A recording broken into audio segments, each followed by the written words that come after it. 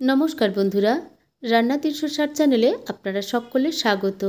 आशा करছি যে যেখানে আছেন সবাই ভালো আছেন, সবাই সুস্থ আছেন আর আমিও ভালো আছি।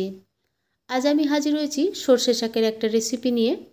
আমি তৈরি করব সরষে শাকের ভর্তা। তো বন্ধুরা, এই রেসিপিটা আপনারা অনেকেই অনেকভাবে তৈরি করে থাকেন। তো আমি যেভাবে বাড়িতে তৈরি করি সেটাই আপনাদের সঙ্গে শেয়ার করছি। তো বন্ধুরা, খুবই ছোট্ট একটা রেসিপি, প্লিজ স্কিপ না করে পুরোপুরি দেখতে থাকুন। এর জন্য প্রথমেই আমি 1 আটি মতন সরষে শাক নিয়েছি। এখন সরষে শাকগুলো আমি বেছে নেব। এই যে ডাটা থেকে পাতাগুলো ছাড়িয়ে নিয়েছি, ডাটাগুলো কিন্তু নেওয়া যাবে না, পাতাগুলো ছাড়িয়ে নিয়েছি সমস্ত। এখন এই সরষে শাক আমি জল দিয়ে পরিষ্কার করে ধুয়ে মিহি করে কুচিয়ে নেব। সরষে শাক কুচিয়ে নিয়েছি আর বাদবাকি যা উপকরণ আমার লাগবে মোটামুটি গুছিয়ে আমি রেসিপিটা তৈরি করতে ওভেনে চলে এলাম। একটা কড়াই বসিয়ে দিয়েছি। প্রথমে সামান্য সরষের তেল দেব। আর রেসিপিতে কিন্তু খুব বেশি সরষের তেলের দরকার হবে না, খুব কম তেলে রেসিপিটি তৈরি করা যায়। এখন চিংড়ি মাছগুলো আমি ভেজে নেব। দিয়ে দিলাম চিংড়ি মাছ।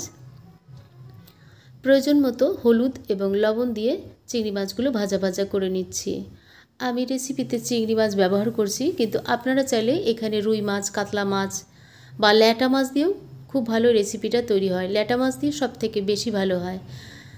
এখন আমি চিংড়ি মাছগুলো ভেজে তুলে নিয়েছি। আবারও একটু তেল দিয়ে দিলাম। তেলটা নেড়ে চেড়ে গরম করে নিয়েছি। প্রথমেই আমি 2টো শুকনো লঙ্কা ফোড়নে দিয়ে দেব। আর রেসিপিটা কিন্তু অবশ্যই একটু ঝাল ঝাল হবে। লঙ্কাটা ভেজে নিয়েছি। এখন দিয়ে দেব 10 থেকে 12টা মতন রসুনের কোয়া আর দিয়ে দেব 3টে কাঁচা লঙ্কা। শুকনো লঙ্কা এবং কাঁচা লঙ্কা বেশ ঝাল। এখন এই 3টে উপকরণ আমি নেড়ে চেড়ে একটু ভাজা করে নিচ্ছি। এবার দেব মাঝারি সাইজের 1.5 খানা মতন পেঁয়াজ। এই পেঁয়াজটা সর্ষে শাকের ভর্তা করতে গেলে কিন্তু অবশ্যই দেবেন বন্ধুরা, কারণ সর্ষে শাকের যে একটা ঝাঁঝালো ভাব আছে এবং একটু তেতো ভাব, সেটাকে ব্যালেন্স করবে এই ভাজা পেঁয়াজ। তো রসুন, লঙ্কা, পেঁয়াজ আমি ভাজা ভাজা করে নিয়েছি। এখন সর্ষে শাক অল্প করে দিতে থাকবো আর নাড়াচাড়া করতে থাকবো।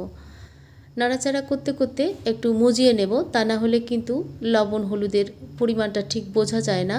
সমস্ত শাক দিয়ে আমি একটু নাড়াচাড়া করে মজিয়ে নেব।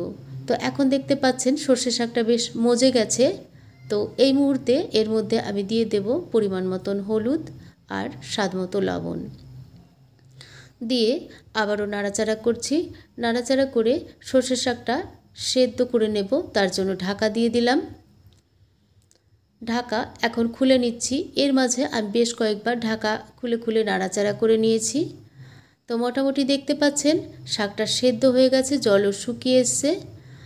আর এখন শেষ মুহূর্তে আমি যে চিংড়ি মাছগুলো ভেজে রেখেছিলাম সেই চিংড়ি মাছগুলো এর মধ্যে দিয়ে দিচ্ছি। নাড়াচাড়া করে একদম সর্ষে শাকের মধ্যে যে জলটা থাকবে সেই জলটা শুকিয়ে নেব। শেষ মুহূর্তে সামান্য একটু চিনি দিলাম। চিনিটা না দিলে এমন কিছু অসুবিধা হবে না।